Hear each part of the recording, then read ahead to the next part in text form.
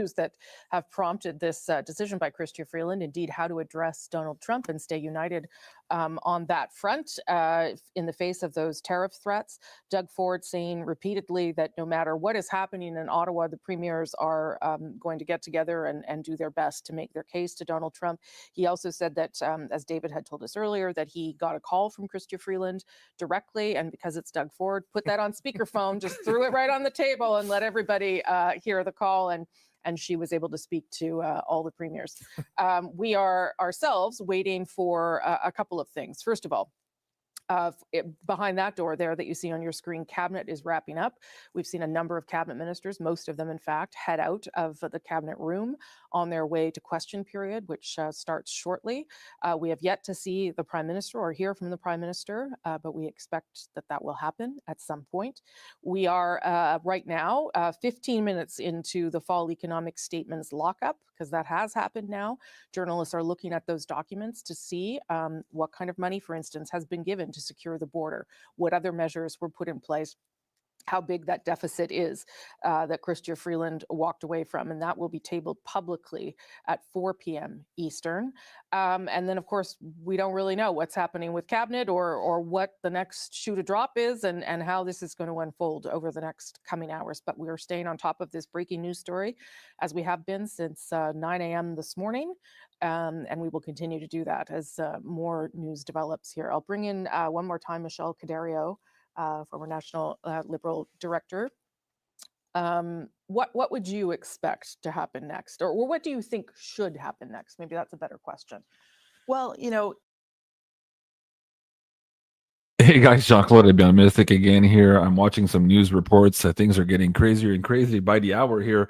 Some suggesting that Trudeau might resign today. We're going to get into all of that. There's a live report here on CBC.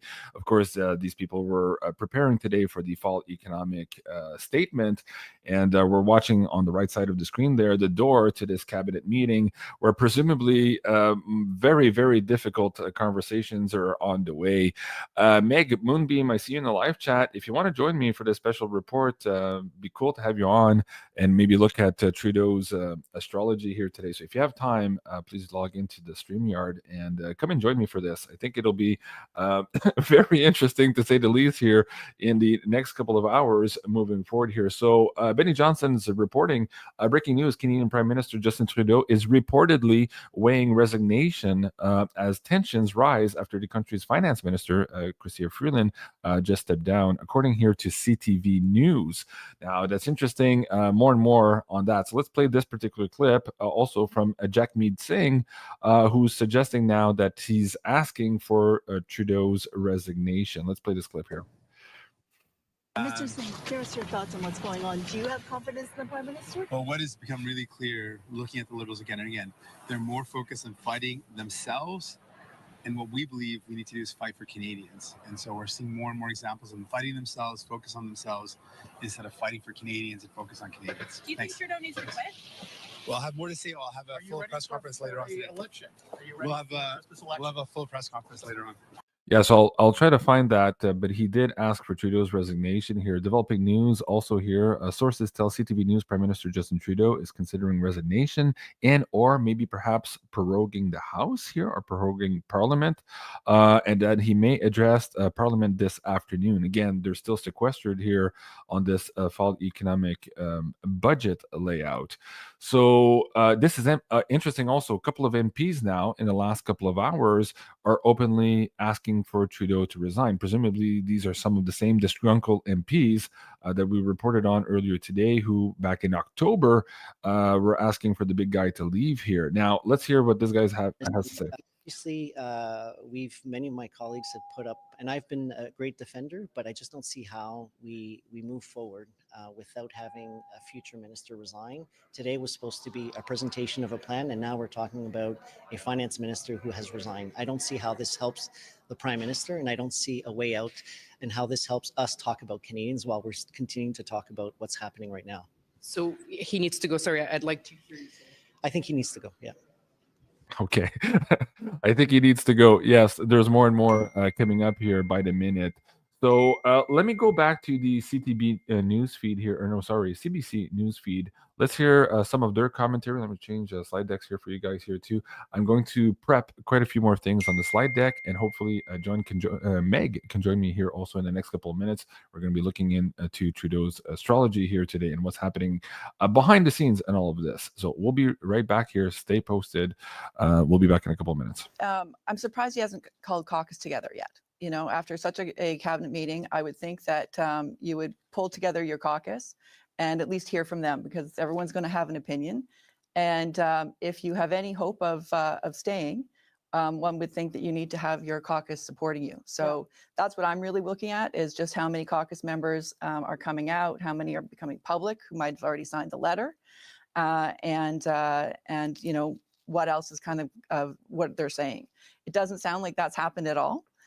It's been definitely silent, like that. It is the absence kind of tells you that I suspect he's weighing the big decision, because why else wouldn't they have tried to fill that gap and at least kind of plug a little bit of the news hole, or, you know, talk about the fact that there is a finance minister right now, right? It's just kind of, you know, the order of precedence and that kind of thing, but nothing. It's been absolutely nothing, and so that seems to me that that he is, you know, reflecting on that big decision, and or they're putting together a game plan and they were just caught so flat-footed that it's unbelievable. Yeah. I would have had a plan.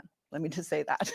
Well, I mean, yeah, A sure. year ago. Yeah, exactly. He probably wouldn't have delivered the news to the minister in that way. either. Starting that way, never. We would never do that. No, I mean, I think that they are stunned, I think is and they remain stunned now, several hours after this has happened. Michelle Cadario, thank you for coming in the last minute to help us understand what the heck is going on. A lot of that going on today. As we stand by and wait for a question period to get underway, as we wait to see when or if we hear from the Prime Minister, we do want to show you a little bit of tape of the leader of the Bloc Québécois, Yves-François Blanchet, responding and reacting to the events today. Here's that. Mr. Trudeau's government is over. He must acknowledge that and act accordingly. I believe that the departure of his so important ally, Minister of Finances, Vice First Minister, Prime Minister, is the end of this government, and that at the latest in the beginning of 2025, the Prime Minister should go to the General Governor and ask for the dissolution of the Parliament in order for Quebecers and Canadians to compose a new Parliament that will have the mandate to deal with the real crisis at hand, which is the most important crisis in terms of diplomacy and trade between Canada and the United States in recent history. Somebody needs a mandate, and it goes through a new Parliament. Thank you. Okay, that is the Bloc leader Yves-François Blanchet stating plainly what he thinks needs to happen, that Justin Trudeau's government is done, that this is the end of the government, that there should be an election, and that election should be fought on the issue of who can win a mandate to deal with Donald Trump, which is something that my at-issue panelists have been saying for weeks now. So perhaps you got that idea from them. We are standing by to hear more from anyone, frankly, as they head to question period. I think we can pop up. I think that's a live shot of people leaving the cabinet room now Francois a second Philippe time. Champagne again Yeah. walking out, and again not stopping Rosie. So like the lack of clarity and direction and specificity. Defense, no defense, no saying that we're with the leader, we're with our prime minister. Oh yeah, the They're cabinet members. Not, these guys are just walking by saying nothing. That says something. Silence speaks volumes for sure. It's interesting because I've been texting with MPs. You know, what are they telling you? Nothing. We've confirmed now from a bunch of people that the Ontario Caucus is going to meet at 5 o'clock today. I mean, when you lose someone like Chrystia Freeland from the cabinet portfolio, that makes sense that they would get together. Anthony Housefather has made a call publicly that he has written Brenda Shanahan, the chair of the Liberal caucus, demanding a national caucus meeting within the next 24 hours. So clearly the caucus has something they're going to want to say. But Fred, like, we don't know if we're going to hear from the Prime Minister. He's supposed to go to the Laurier Club, which is the big donors club party for the Liberals at like 5 o'clock tonight or something, 6 o'clock tonight. Can't wait until then. And he's supposed to have the Caucus Christmas party tomorrow, but there's nothing filling this void right now. Well, hopefully those parties don't come before his plans on how to govern the country or stay on. Look, it's becoming clearer and clearer. We see Poilievre said it, Blanchet said it. We need an election right now. I would be getting more and more worried that he's going to resign, and then we're thrown into months and months of Liberal leadership. We're heading off a cliff here with tariff wars coming in a month, and we're not at all prepared. It's incredibly risky the longer this plays out. I think we need an election now. He has a platform. He has the fall economic statement. You can run on that. Platform's ready. He has a big fundraiser tonight. He can get some monies in the coffers. I really hope that what we get out of this is an election call. I'd be worried if he resigns. Well, that platform has in it what Chrystia Freeland has referred to as costly political gimmicks. So, Jordan, it's tough to run on that, isn't it? You know? Yes, it's very tough to run that. And I think it's worth underlining, and this goes a little bit to what Rosie was talking about earlier. This is a trap entirely of their own making. They are caught in something that they built. They constructed this situation from top to bottom. It's not something that has been imposed on them through external forces. And arguably, you could say that Trump's election and the tariff threat provided a new galvanizing force for the government. It was a reason for them to pull people together, to lead the premiers, to take a new tact. And this has really squandered all of that away. And for something that apparently it seems that within the PMO, there was no concerted issues management approach to a level that I think is really almost unthinkable, that you would make way or try to set up a cabinet shuffle in this manner without reflecting on the consequences. And you have to ask, looking from the outside, is Mark Carney worth it? Is he worth what this has really wrought for this government? And I think the answer is electorally, we don't know. He's totally untested in that. So they've made some really fascinating choices that I think are coming back to haunt them in a huge way right now. I mean, I also think, though, that the shuffle was not just about Mark Carney. And by the way, we still don't know whether he was in or out. It was another attempt to try to refresh the government, to try to address the threat of Donald Trump, to try and get some traction in the polls with putting different people in different jobs. I mean, I'm sure that's kind of what you've heard too. So whether Carney was there or not, it was going to happen. And Carney, frankly, looked a little bit like Lucy from Peanuts with the football for a long time. So I'm not sure that he was maybe still. Right. And so that might not have been the pivot point. David, I've said this to you before. I had heard from people, at the center where they kind of had wished they had asked Freeland to be deputy prime minister or finance minister at the last shuffle. Okay, we're going to leave that in the background for now, guys. We'll come back to the CBC reporting on all of this in just a moment. Let me bring up on the screen here the one and only Meg Moonbeam. Meg, welcome to the show. What a crazy fucking day this is. I'm like shaking on my seat over here in Belgium. Like, oh my God, this is like so unexpected. Well, we kind of were expecting something like this at some point, but oh my God, this just feels like it's a snowball ramping down a hill and it's like about to kick off. So exciting. Well, okay, so not expected. You and I have been reporting on this for many, many months. You were very famous on one of your very early predictions of Trudeau being past his expiry date. I remember that prediction very well. We've looked at it from time and time again here in the last couple of months, and again suggesting that he was past the expiry date and things could go horribly wrong for him. Did you ever expect that we would be looking at perhaps here his resignation, as we're seeing here in the last couple of minutes? People are suggesting that he's open to it, that some insiders are suggesting to CTV News now that he's actually thinking about that here today. Did you think it would come by the way of Freeland's resignation, or did you think it had something to do with a political scandal, a sexual scandal? Like, what the fuck real world are we in today here? Did you expect this to come out this way, Meg? Wasn't expecting it to come out this way. I actually have never even looked at Chrystia Freeland's chart and haven't even gotten to today yet because I've just been watching your show. I was keeping up with the Parliament live video, just like everything that's going on. But I feel like there's something else in the background that we're not seeing right in the open.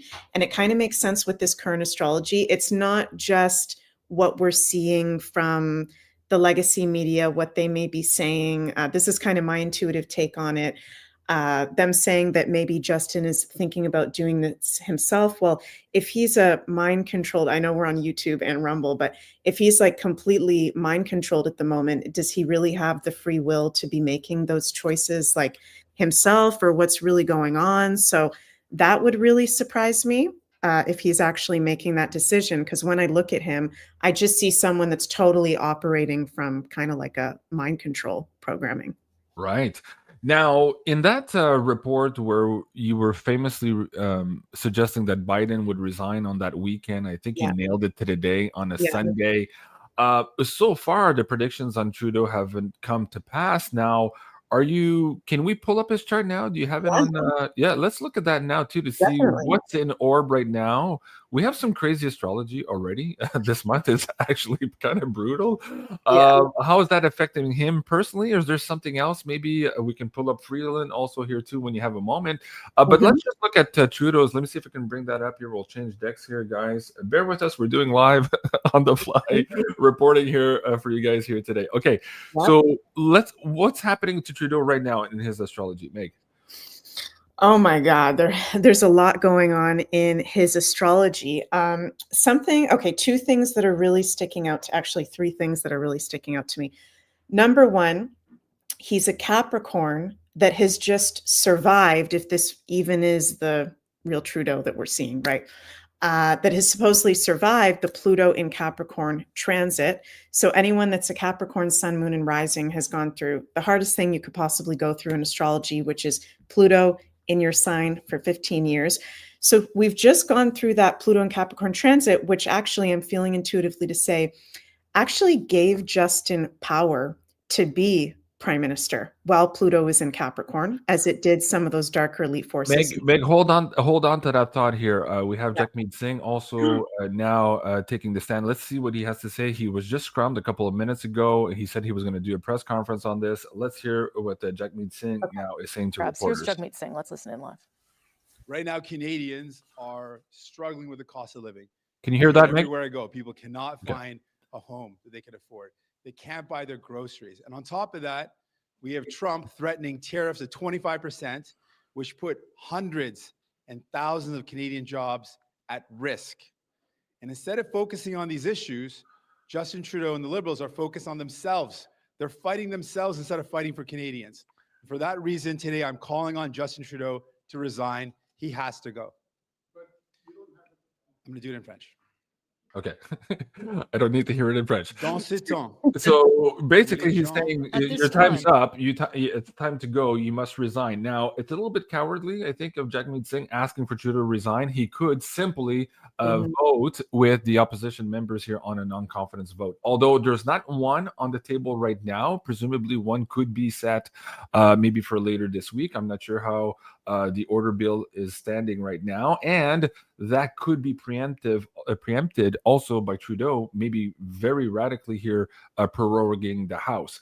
What do you make of Jagmeet Singh's comment there? Do you think he's puffing smoke, so to speak? Is he going to back this up somehow? Has he also changed now today? Where do you see Jagmeet Singh moving forward? What's your opinion there, Meg?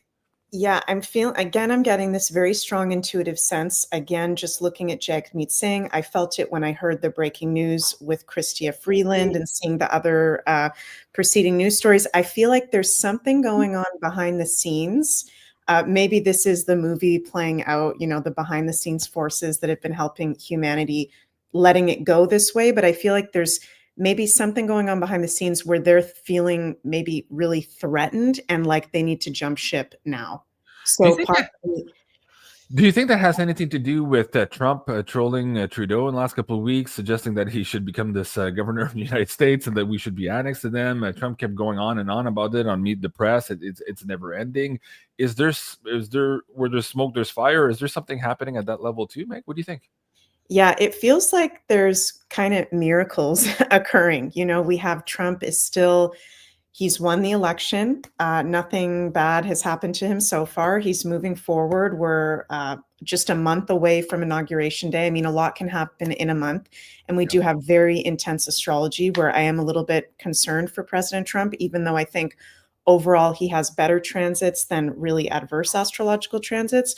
But yeah, I think it's kind of like now that we've had the US election and that's going to move forward for the states seemingly in a very positive way, it's putting big pressure on Canada because we are in a really, pardon my language, fucked up position in Canada. We're like completely in a screwed up position.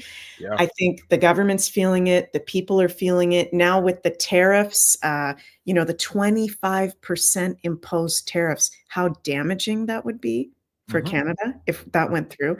So I think a lot of people are starting to feel pressure, and who knows, I just keep hearing like something else is going on behind the scenes. Maybe people are being threatened to be locked up behind the scenes, but maybe they've already been. Maybe Heidi Vandenberg's in the chat here too. She's a Vedic astrologer. She's saying Right. Epstein file, maybe. Could that be possible? Heidi, we'll get back to that. We'll look at some of the Western astrology here in just a moment. Let me play this clip from Pierre Poilievre here. The House now question period has just resumed. I want to play this 40-second clip here just to kind of set the stage, and I'll come back to you after that. Meg, we're going to look at Trudeau's astrology and see if maybe some of that a rhetoric of his past, maybe past sexual deeds, are also coming up here in his chart. Let's play this clip first. Mr. Speaker, just to underline the chaos we're faced with here, the finance minister resigned the day she was to present the fall budget, which was going to contain a massive deficit overrun.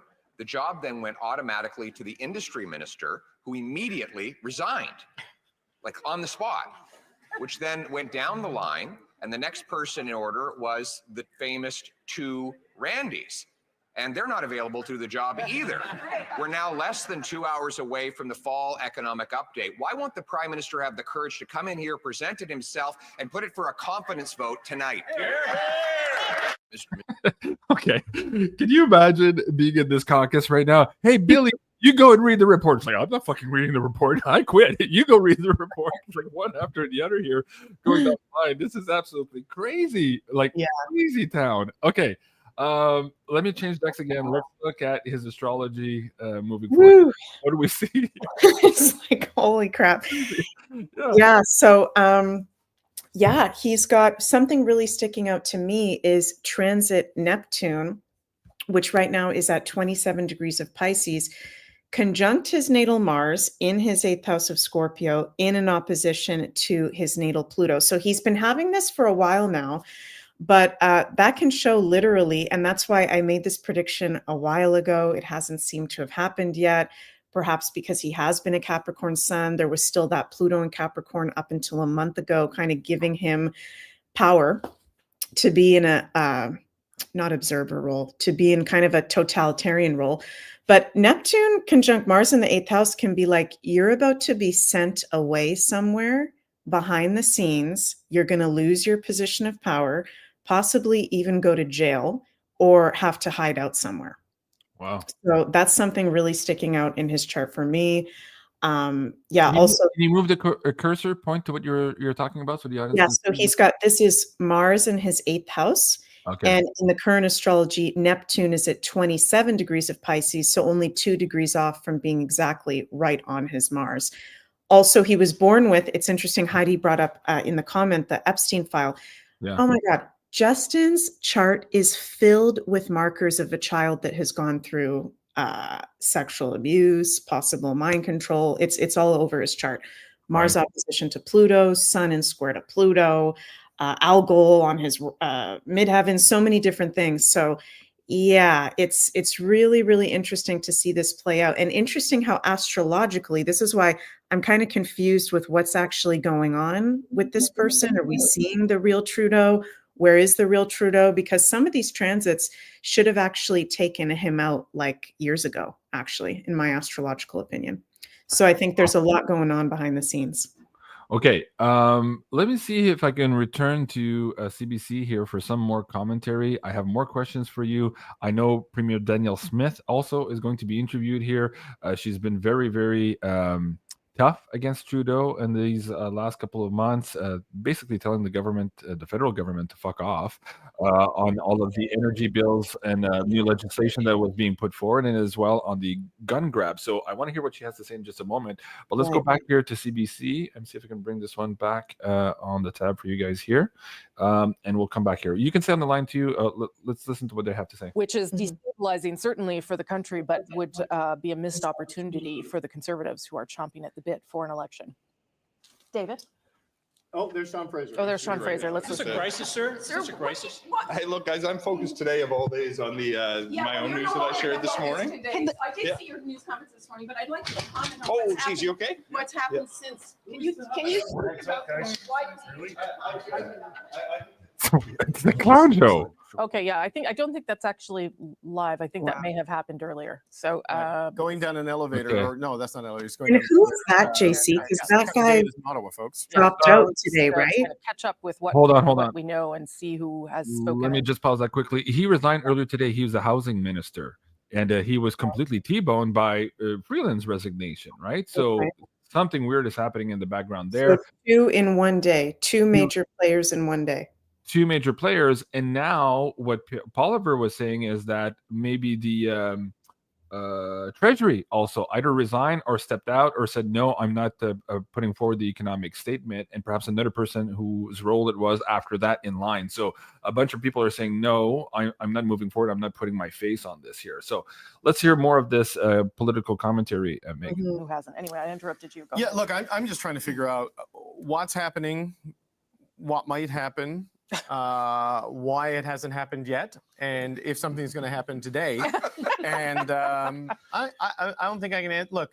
I don't think I can answer any of those things. I mean, you know, you say to people, "Is he going to quit?" People say, Let me just answer this question. Don is asking me, how are you feeling, JC, today? Excited? No, excited doesn't cover it. I feel like I'm in the Twilight Zone. I don't know what the fuck's going on. It's such a weird day. Energetically, first of all, I didn't sleep all night. Somebody commented on my previous show earlier today that I looked tired. I'm like, yeah, I didn't sleep because my heart was racing all night. I felt like something like there was a disturbance in the field, so to speak. So I haven't slept much. Anyways, so excited is not the word.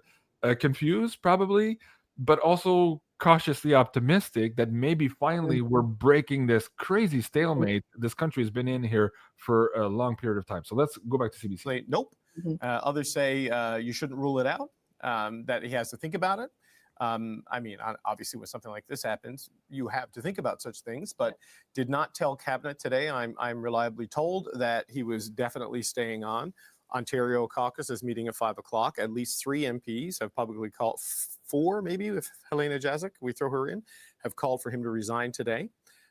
This is in addition to the 24 names that were on that letter calling for him to go. 7, 8 cabinet ministers have either left or have said they're not running again. There is rumors swirling all over this town of more to come. Yep. I keep asking if anything is happening today. Is he going to go to Parliament? Is he going to speak to Parliament? I'm still told there is nothing official for him to do. They're still meeting, figuring out what the next steps are. Some suggestion we might not get clarity on this today, which is kind of keeping with the way this government sometimes operates. They are slow and deliberative and consultative, and that crisis footing gear hasn't really been there. Yeah, from what we understand, he's still behind that cabinet door that we've been showing you through the whole day, and talking to some senior advisors about next steps. Probably, Greg, I know. Okay, so this is a little bit delayed because now question period just started. So they're now in question period. So I'm going to move this a little bit forward. There's an interview with Premier Danielle Smith also that we can't miss. Before I do that, Meg, do you want to bring the wheel back up and look at Freeland astrology right now? Another comment on the screen. Heidi says, JC, you should be the president. It's in your chart. Cliff High said the same thing earlier this morning. And no, I'll put those rumors to rest. Not interested in that job whatsoever.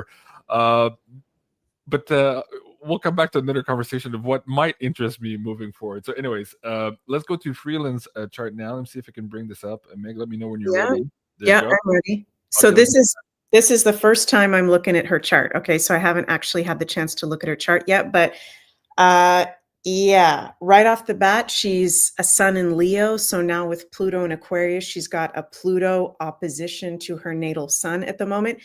This is blowing my mind, JC, because all of these people, all of these, what should we call them? New World Order people, let's just put it like that. They're all having really intense astrological transits right now. Really not normal transits. So I'm now seeing it right away when I bring up Freeland's chart.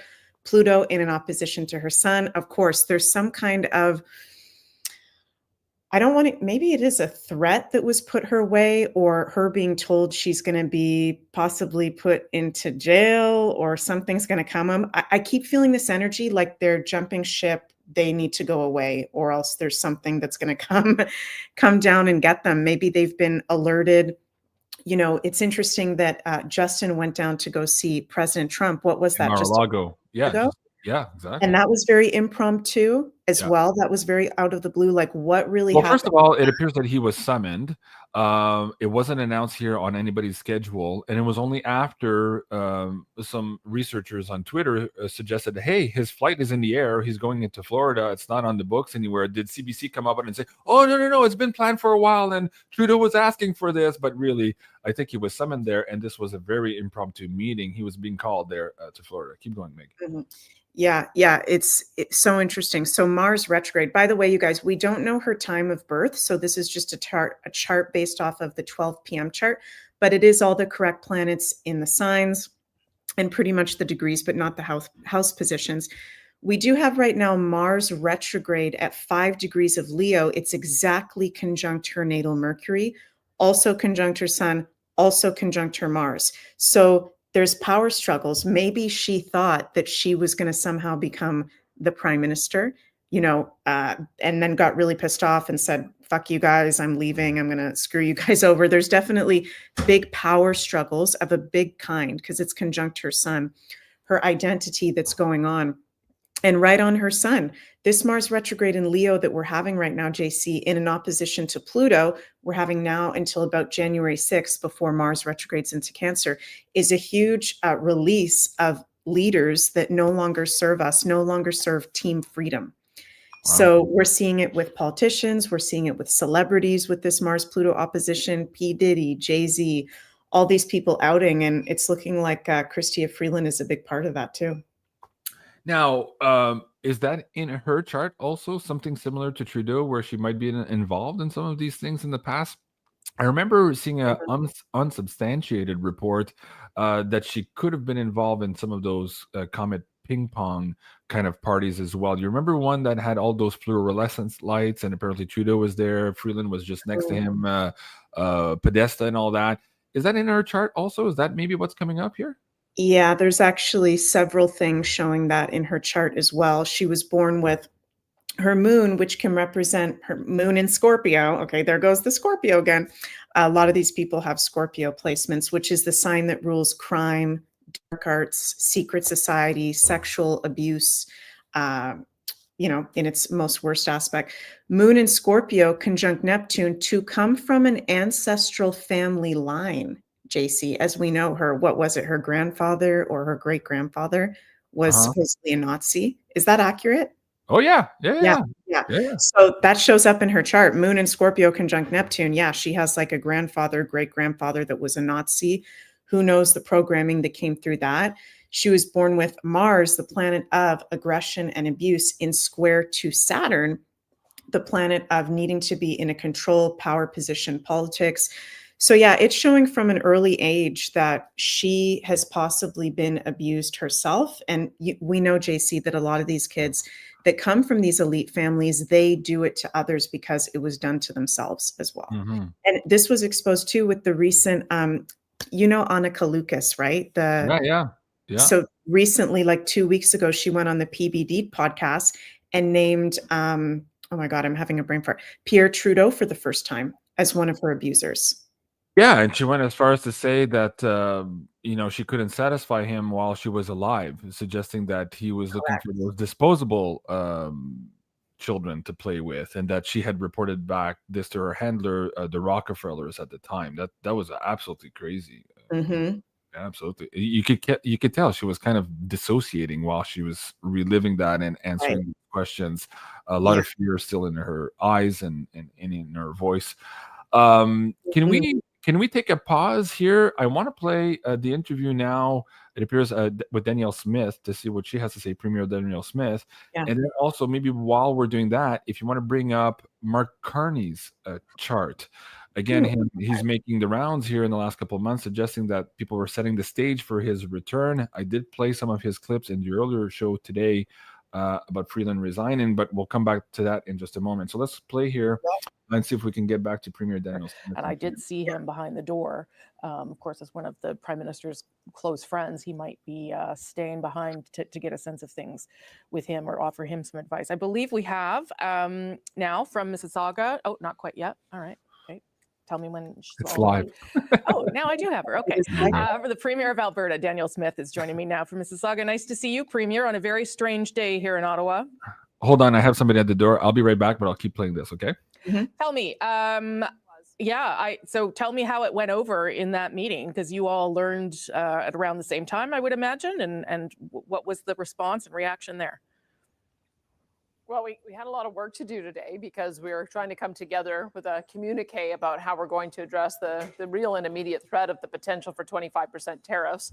And I can tell you that it took us all by surprise to find out midway through that conversation that we don't have one of our lead negotiators at the table anymore as finance minister. So we're watching just along with everybody else to see who's ultimately going to fill that chair, who's going to take our lead in negotiations. Remember, we're only 1 month out from the deadline where it looks like we're going to see them implemented. And so we're going to stick together as a team of premiers to try to not lose the momentum to make sure they don't get implemented on that date.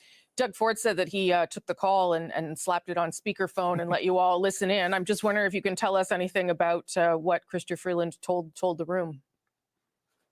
Well, she just thanked us all for the leadership that we've shown, for the collaboration that we've shown. She's actually, as a minister, been one that has reached out, it seems, and tried to develop a personal relationship with every premier. Obviously, we didn't see eye to eye on a number of things with our federal government. We made sure I made sure that she knew that, but she was always prepared to come to the table and listen. And so I guess we'll now have to see who is going to be leading the negotiations with our largest trading partner. It's not the greatest time to have a vacuum. No, definitely not. We are expecting, though, the fall economic statement to still be tabled at 4 p.m. Wondering what you're hoping to see in there that might help you deal with some of the issues you're talking about. The main thing we've heard is that there's going to be a $1 billion price tag attached to some type of a border strategy. We rolled out our border strategy last week, $29 million, 51 sheriffs. What do you have there, Meg? Oh, you're muted on your side. Sorry, I was going to type it to you in the chat. Pierre calls for a non-confidence vote tonight. Fascinating. Okay, so that's what we were saying earlier. They can move quickly and put that on the table. Okay, hold on. Go ahead. Sorry, could I just bring up the chart for Canada, actually? Yeah, sure. Yeah. So it's really interesting because the last eclipse season that we had, which was end of September, beginning of October, both of those eclipses were in a very strong conjunction to two major placements in, this is the chart, astrological chart for the country of Canada. The full moon lunar eclipse in Pisces that we had on September 18th was 25 degrees of Pisces, conjunct the Chiron of Canada in the 12th house of Pisces. So that whole Pisces eclipse we just went through, and we're going to have two more full moon lunar eclipse in Pisces over the next year and a half, are huge karmic clearings, very like heavy duty karmic clearing eclipses that was also conjunct the south node of Canada. So a huge release of negativity that no longer serves us. And we also had at the time of that eclipse, Saturn, the planet that rules governments and politics, conjunct the south node of Canada. So over the next 6-month period, because full moon eclipses have an effect for the whole next 6-month period, to lose a prime minister, a deputy prime minister, a whole party, political party. Then we had the new moon solar eclipse, October 6th, that was 10 degrees of Libra, very closely conjunct the vertex of Canada, which the vertex represents fated people coming in and out of our life. In the 6th house of civil servants, people that work for us, maybe a new political person coming forward. So literally the last eclipse season that we had showed within the next 6 months, Canada is going to lose political leaders, maybe even a political party. There's going to be a huge healing that occurs, karmic clearing, and new politicians, because Libra rules politicians, coming forward to be of service to the people. And today, the astrology of today, JC, we've got the moon in Cancer in a trine to Saturn in Pisces, positive aspect. And Canada, along with the United States, is a Cancer. So the moon conjunct Canada's sun, the most important placement, trine Saturn, the planet of governments and politics. So astrologically, I'm seeing we could have some very positive news here. I'm also like you, I want to be cautiously optimistic, but I'm seeing we could have some very potentially positive news for Canada today going into tomorrow. Now, does any of that, maybe you have to look at a different timescape here for the Canadian chart, but does any of that lead to what Cliff High has been talking about in his data for a couple of months about this newly constituted Canada? Where do you see that in the chart, if anything? 100%. So that goes back to, you know, how we had the Great North American Eclipse on what was that, April 8th or April 9th of this year, 2024. That eclipse, the Great North American Eclipse, that for those of you guys who may not know, I think a lot of you guys know, that the path of totality went through Mexico, United States, and Canada, hence Great North American Eclipse. That only happens every around 500 years, very rare occurrence.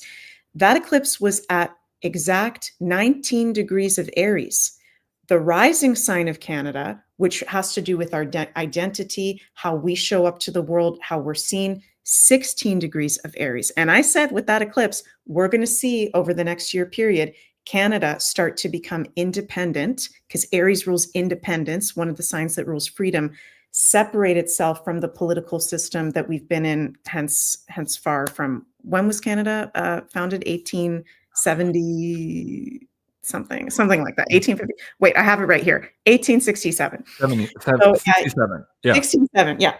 So no, what Cliff's saying is totally right on with the astrology. Right on. Wow. Okay. Let's go back to CBC for more of the reporting here. More people chiming into all of this. More political leaders coming on.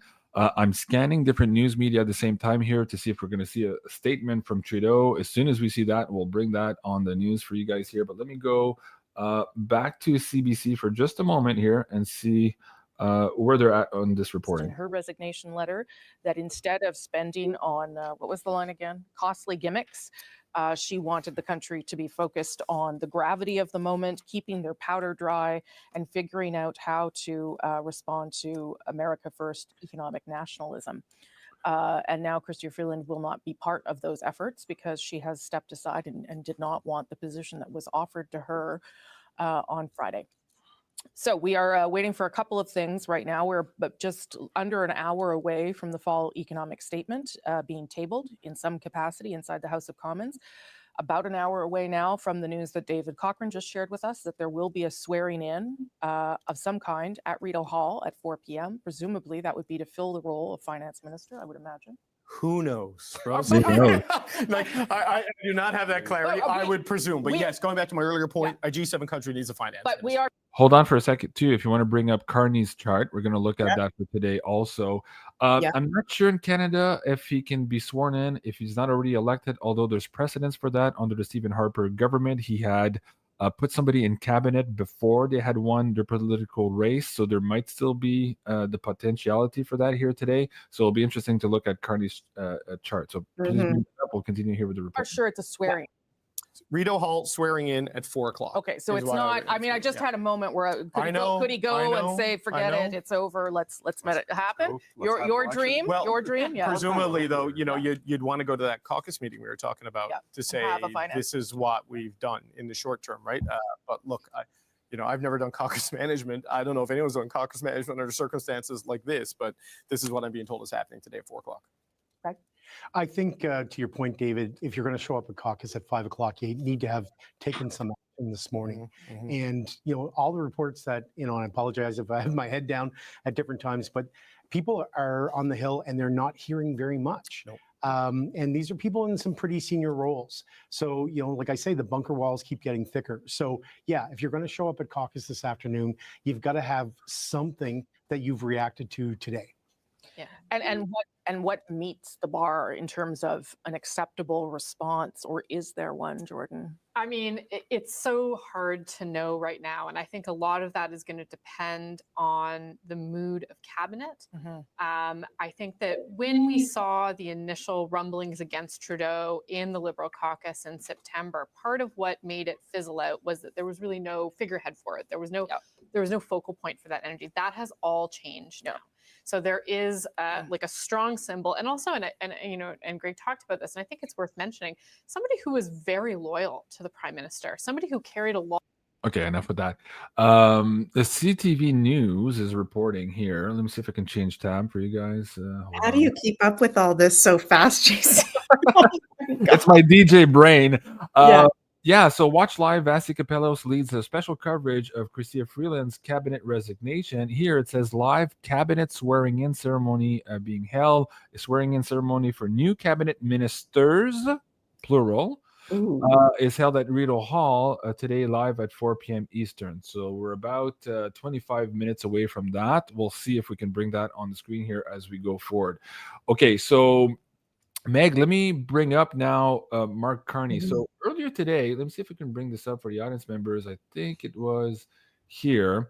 I shared with the audience members this particular interview where Carney was being interviewed here on Commons as to why he would be interested in coming back into politics. And at that time, we had like 2-3 weeks of news suggesting that people were paving the way for his return. And in this particular video, he says, well, yeah, kinda. For personal reasons, financial reasons, I might be interested in putting my hat back in the race. So he's on record saying that. And what's interesting now, on the verge of perhaps the biggest financial reset of our history here on the planet, to have this guy brought back, maybe as Minister of Finance or some other role, Deputy Prime Minister here in Canada, is interesting to me, because not only was he the governor of the Bank of Canada previously, also in London, but after that, he did a crazy number of years working with all these crypto startups.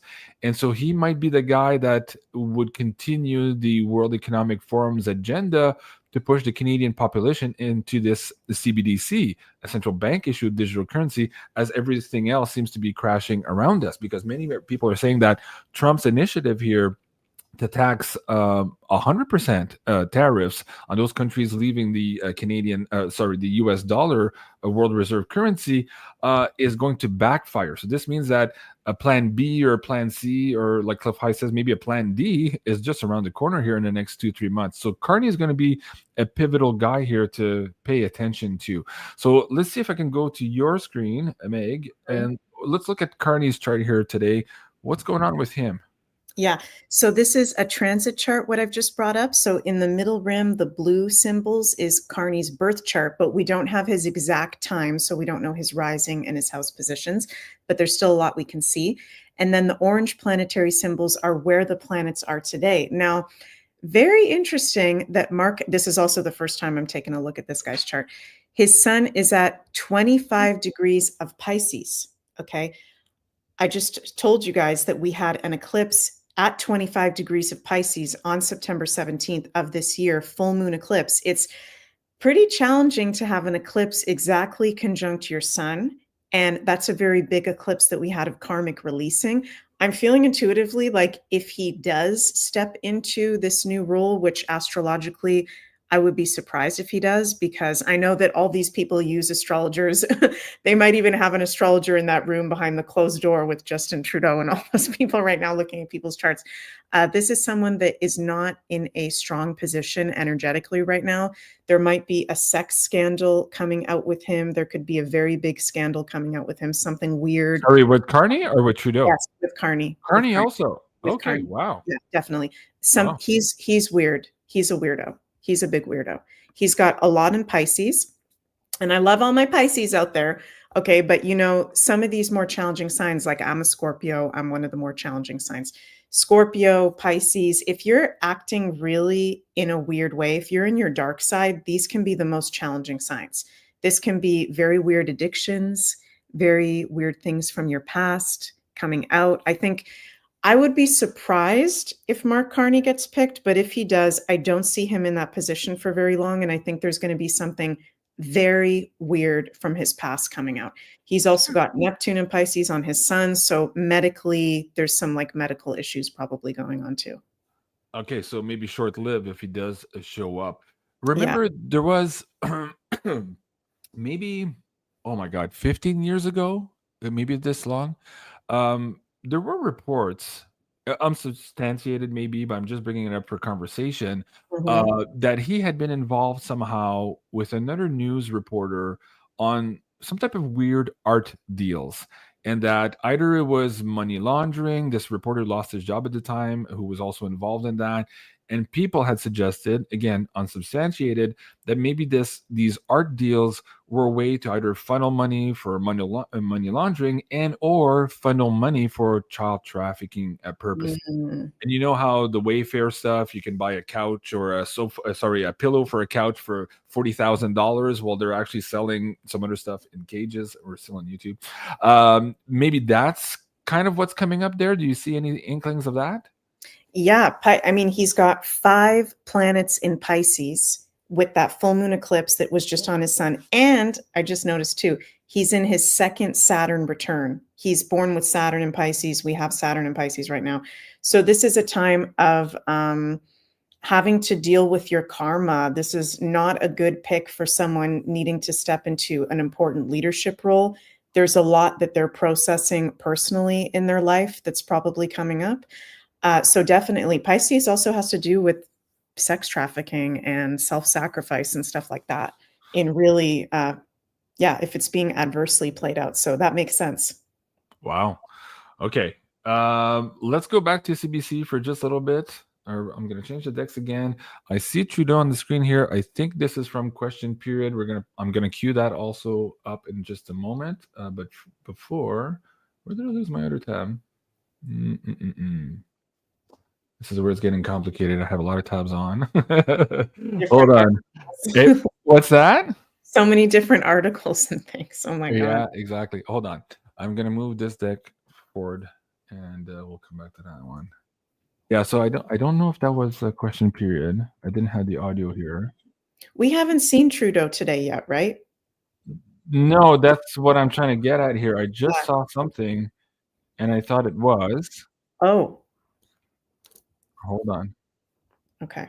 I just see him walked out. I am Gabriel in the chat says, would many Canadians really be on board with joining USA? I mean, yeah, speaking for myself, I would be okay with it. I know a lot of other Canadians that would be not just okay with it, but really excited about it. I think it's something in the cards.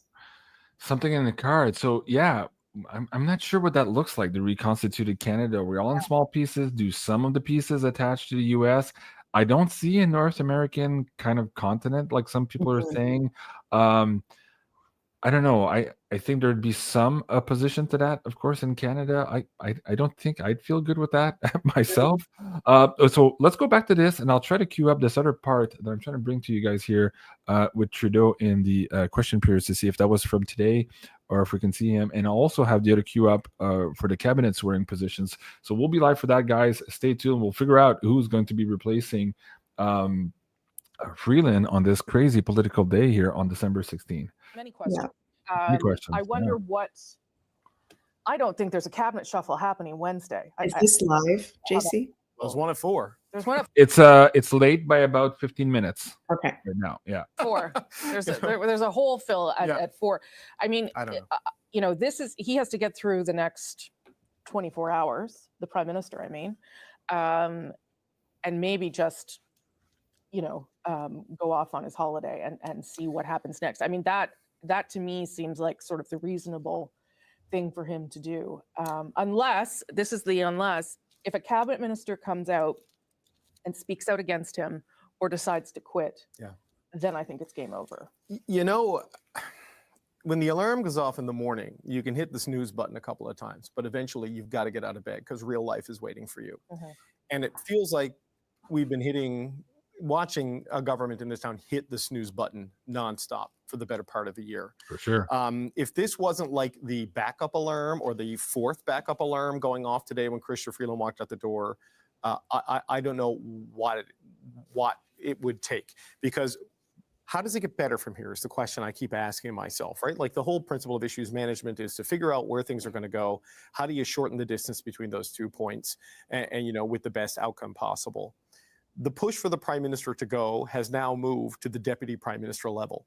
She didn't say he should go. She said she is going because she was prepared to deliver a fall economic statement and a financial agenda filled with costly political gimmicks, in the words of the now ex-finance minister. And it became untenable for her when she was offered a cabinet job without portfolio to deal with the Canada-US.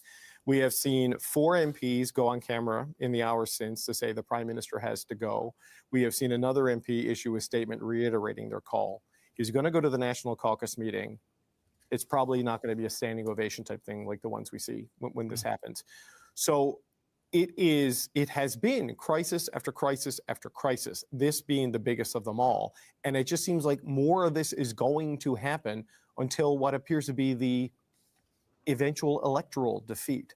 So how does it get better from here? Yeah. And what is your plan to make it better? Like, but yeah, what do you do? Yeah, I mean, that is the central problem, though, Greg, is that it has been, to David's point, warning after warning after warning that something wasn't working, and that something needed to change.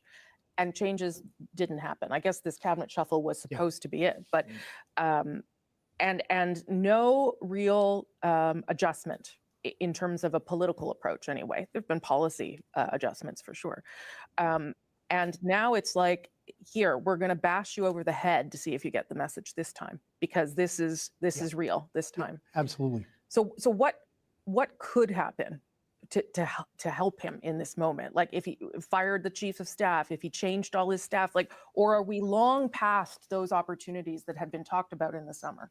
I think we are long past them. I think that not only when I say the circle around the Prime Minister has gotten smaller, I remember during the Jody Wilson-Raybould issues, getting a call from somebody at the senior level and asking me, how are we doing? How is this going over? Yeah. Adam Radwanski in the Globe did a long piece on this, and they reached out to about a dozen people. The Emergencies Act and the decision to call that, they reached out to people that, they have done things to make sure that Rolodex has gotten smaller and smaller and smaller.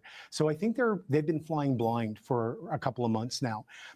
To me, the big spot of blindness, and I've referred to this before, was the interview the Prime Minister did with Nathaniel Erskine Smith. And I'm told it had a big effect on Caucus, especially Quebec Caucus. But there's a moment where the Prime Minister talks about, I didn't think it was the right time for ads.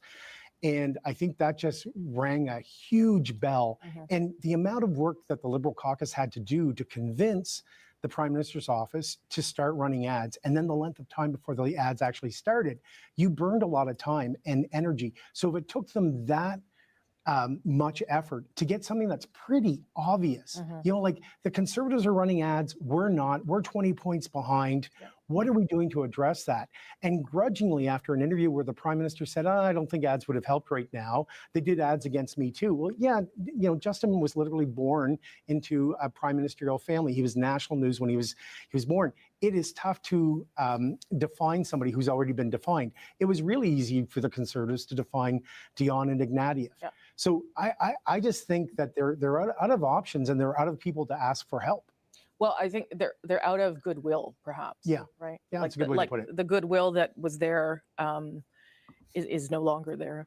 And again, through their own decisions. Sure. And I think that's the thing that's really. Okay, so more breaking news. Thank you, Meg, also for sharing this post from the Poilievre reporter. A third Liberal MP now has come forward publicly demanding for the resignation of Justin Trudeau. This is Patrick Wheeler. Now, what the CBC correspondents were saying is, if we see another resignation, that could be the kiss of death here moving forward. We have 2 today. Are we going to see a third one? Seems to me now that there might be, because in those 24 MPs that were bitching at Trudeau in October, some were more vocal than others, and some are closer to the end of their political career, making it a lot easier for them to resign today than perhaps some of these younger MPs, or what people call backbenchers here, as we see on the screen. Now, you have another slide deck open on the other side. Do you want to bring that up and share your thoughts on that one, Meg? Go ahead.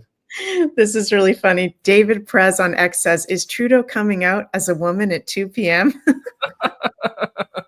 That might be the only possibly thing. I mean, that obviously wouldn't save him, but what could possibly be going through his mind right now to be able to Well, here's the thing. I played that clip earlier today. Let me see if we can go back to Vasi Capellos. Let me see if I have the exact timestamp from earlier today. I think this was it. Yeah. Let me share with you guys here, because it appeared at that time that everybody was absolutely caught off guard with this. And that suggests that they are very much, as my first title suggested today, in panic mode. Let's see what she says here and what you can glean from her facial expressions. Vasi Capellos here from CTV News. And CTV's news chief political correspondent Vasi Capellos is standing by with more for us.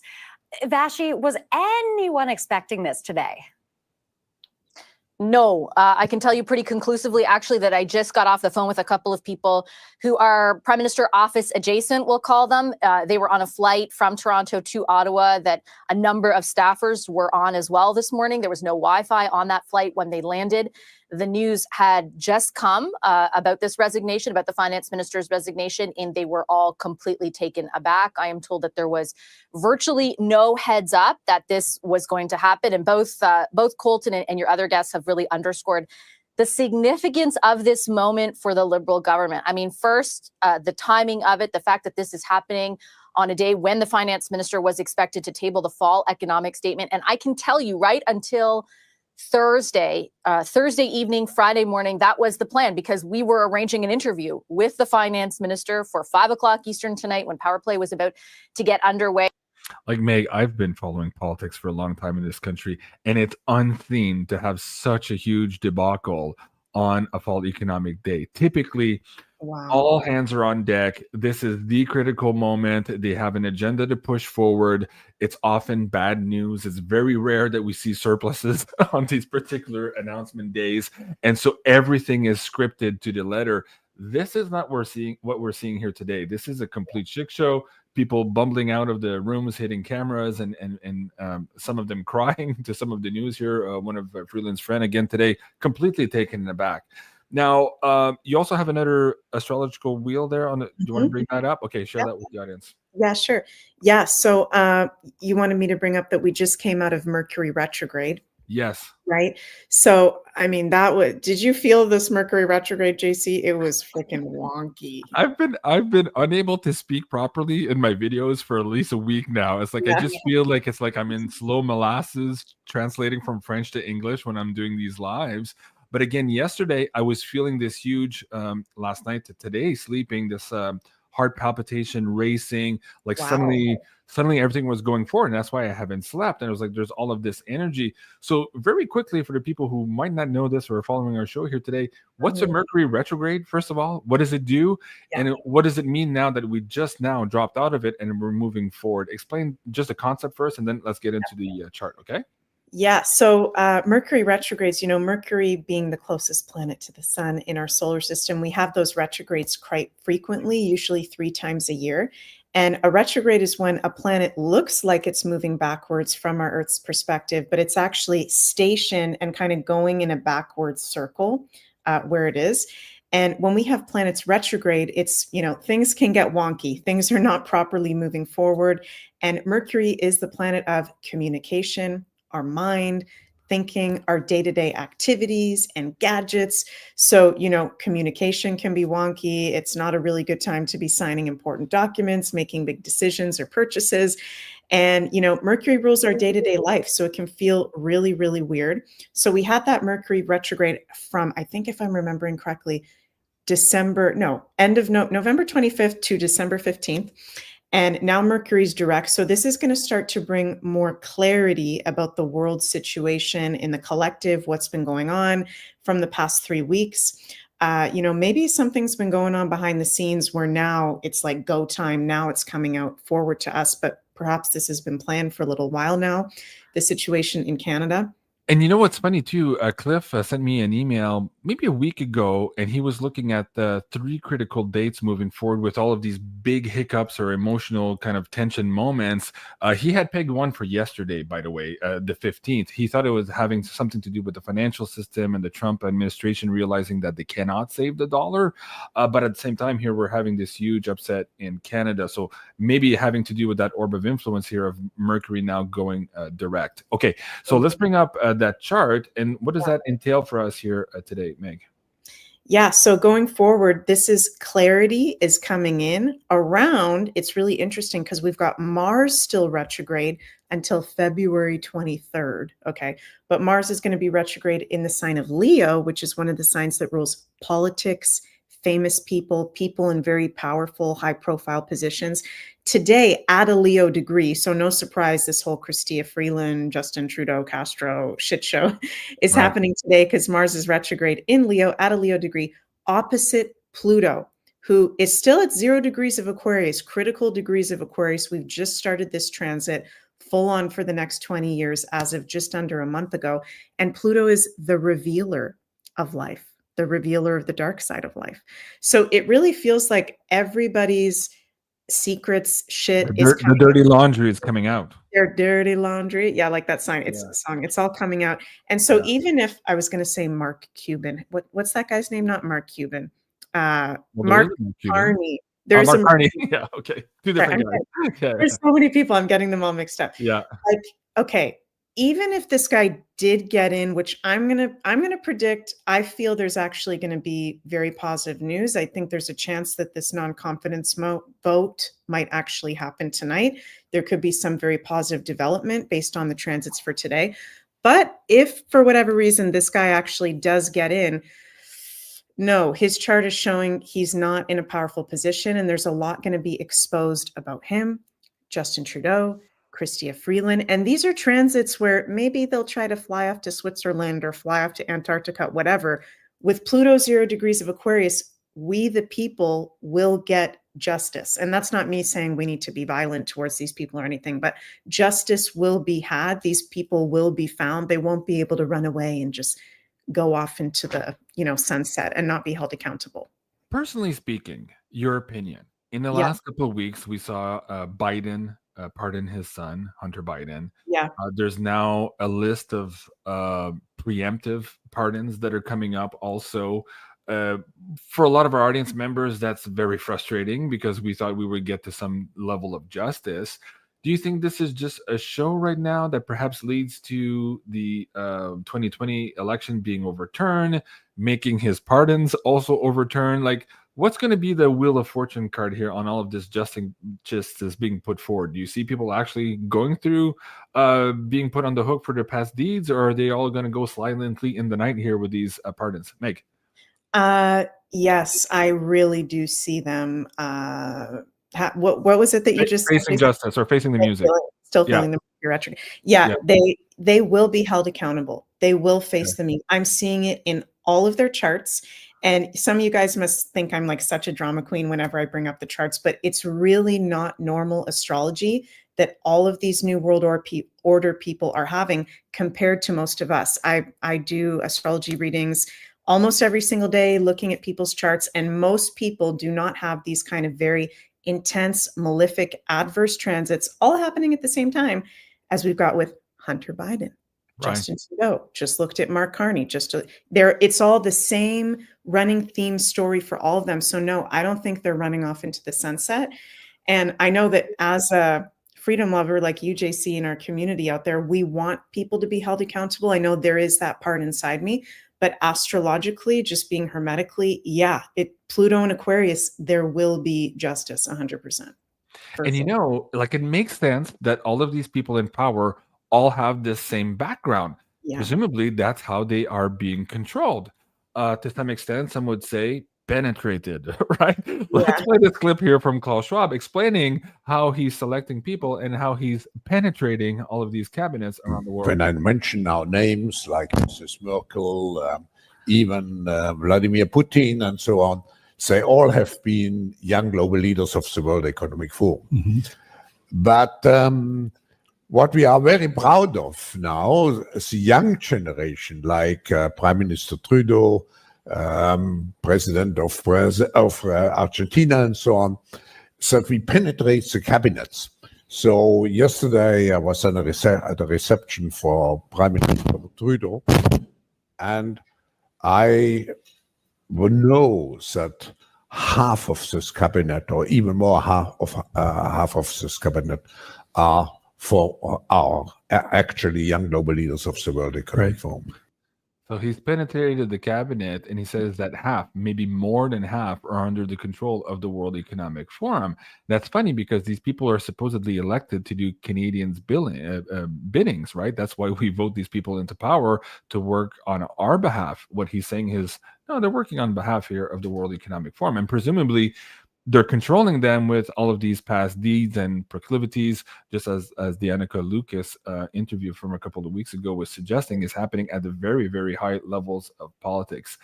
I want to play this B-roll. We're a couple of minutes away also from the event on CTV News here of the swearing in ceremony coming up at Rudo Hall. Before I do that, I see some B-roll of Trudeau. Let me just play this. I don't have the audio here. I just want to make sure maybe we didn't miss something here. So let's play this, and then we'll go to Rudo Hall right after that. For the Liberal Party was Mr. Trudeau's leadership. And so ultimately, I view this as a good day, and I view Ms. Freeland's move as helpful. Because I have always believed that Mr. Trudeau was ultimately going to leave us in the lurch by resigning right at the last second. And so if this can precipitate an earlier departure in which the party has time to reasonably choose a successor, and that successor has time to establish some of what they want to do to Canadians, then, the party has a chance to fight to live another day. Well, I'm not sure I agree with that, but he's raising a good point here. So no, that was just B-roll in the background. I thought maybe Trudeau was coming out and making a statement. I'm monitoring like 7 different feeds at the same time here. We'll bring that up if it comes. Let me change Dex also.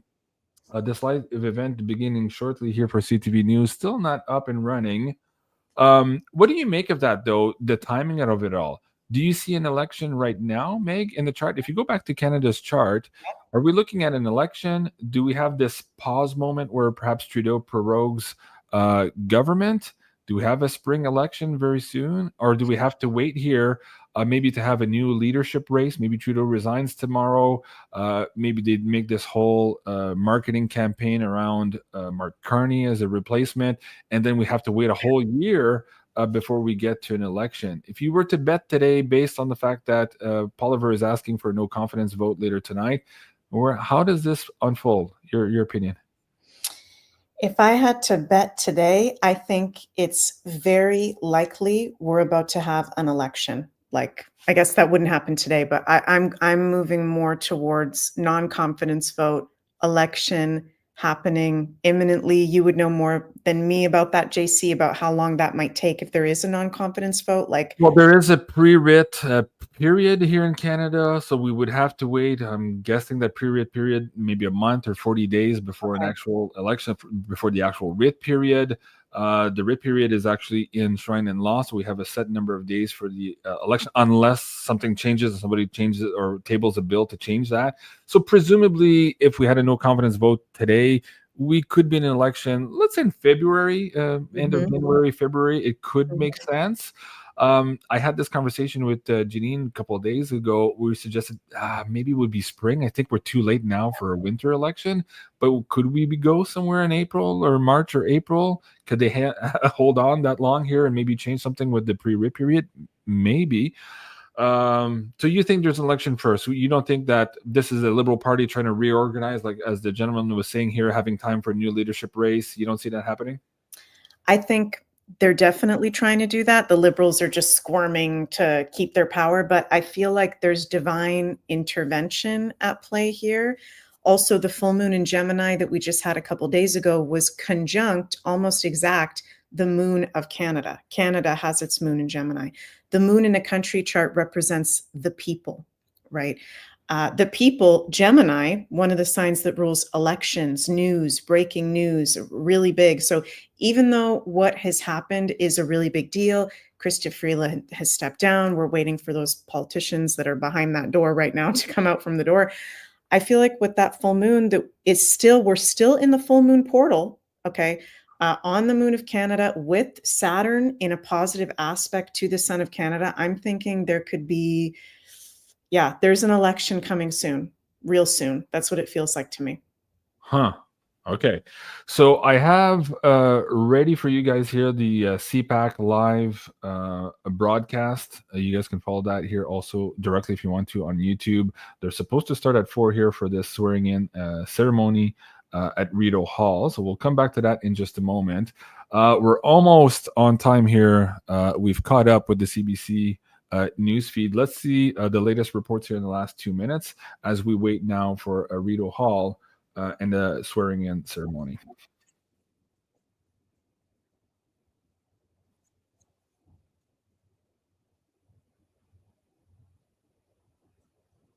I don't have any audio. Do you have audio, JC? Oh, okay, hold on a second here. Did I do something wrong? Yes, I did. Okay, so let's scroll back on that. I'm doing too many things at the same time, as you know. Okay, hold on. So stop.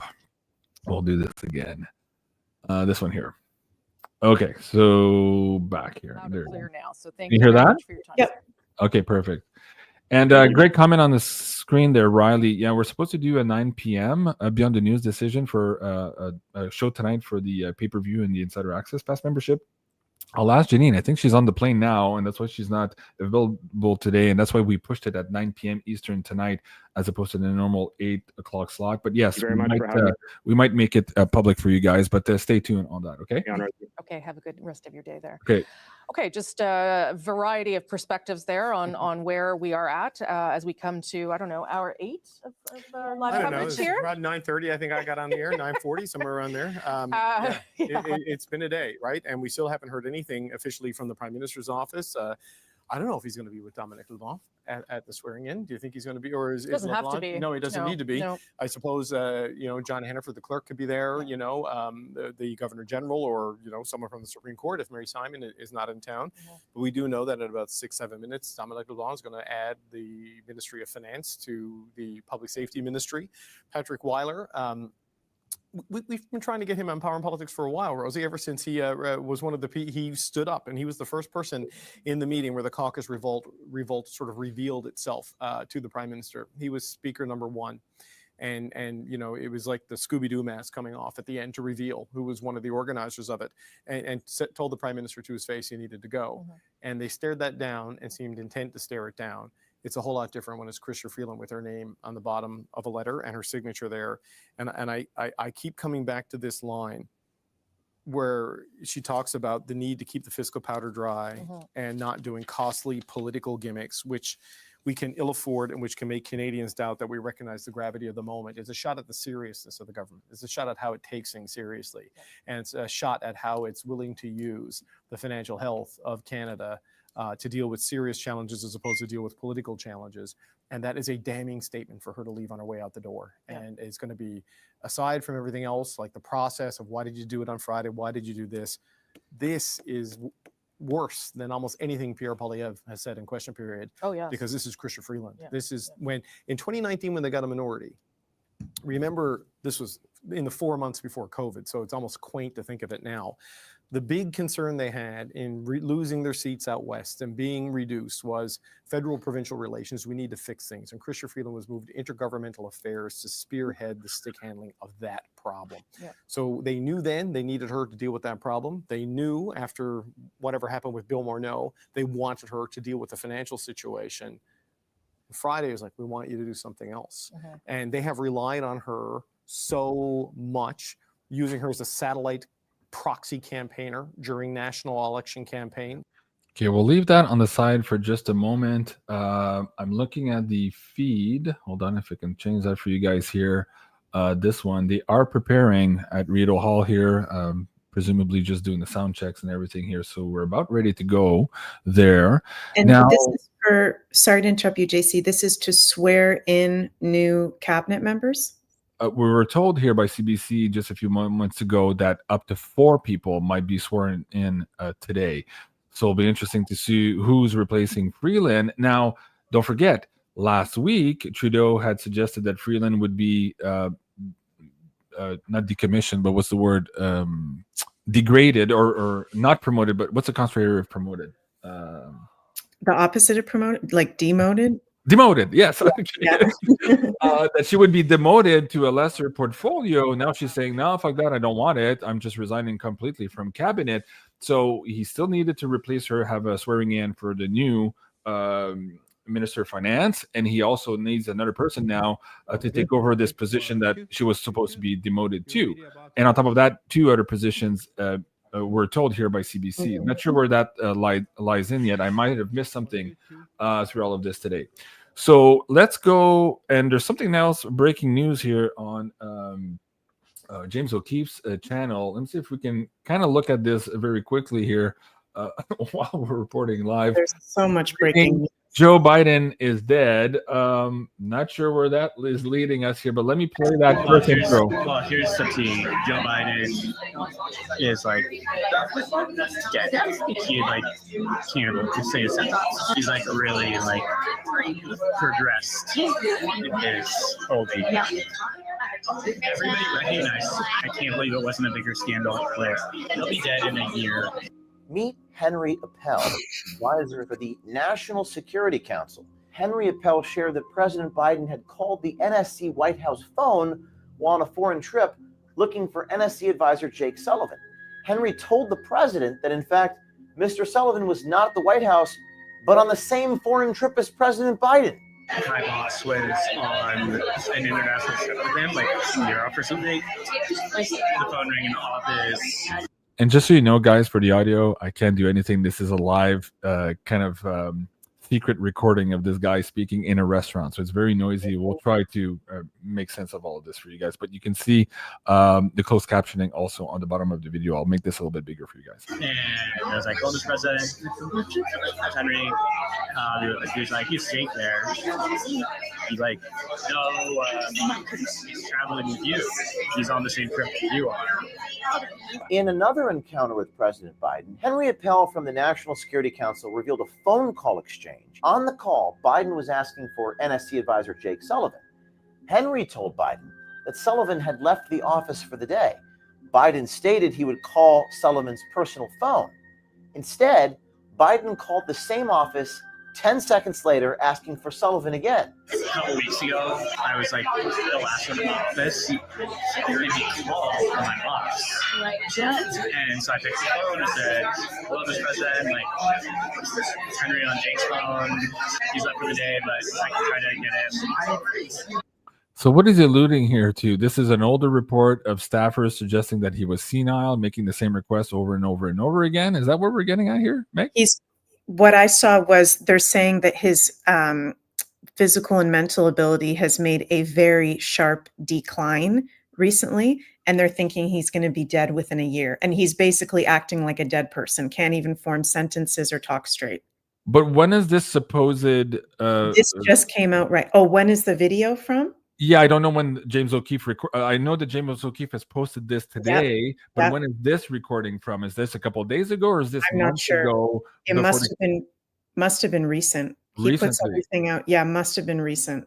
So it was crazy because just before the campaign, the electoral campaign in the States, the mainstream news was telling us he's sharp as a tack. You remember, top of his game. And it was like, no, he's not.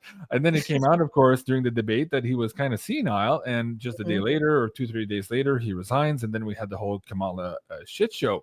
So this appears to be now something else brewing in the background where they're suggesting that Biden is rapidly ailing, and this could lead to a scenario where they name Kamala interim president. Do you want to bring up first Biden's chart right now, see what's in his astrology, and then we'll look at Kamala, and I'm going to scan at the same time here to see if we have more news from Rideau Hall. Nobody's at the microphone just yet. They're still doing some tests there. So, okay, we have time for this segment. Okay, crazy day. So let me bring up, what do you want to bring up on your side here, Meg, first? Sure, let me bring up Joe Biden's chart first. Okay. We'll take a look at that. Okay, let's see what's going on. Haven't looked in his chart for a moment here. Well, I mean, I don't know if I can say this on YouTube, but do you want me to cut the YouTube feed? Maybe. Let me cut the YouTube feed. Yeah. Okay, so guys, if you're watching us on YouTube, let me bring you the live link here to my Rumble feed. So apologies for that. Just make sure channel stays up and ready for you guys. So there's the link in the live chat, guys. Please come on over and join us now on the Rumble feed. Okay, so remove yes and remove yes.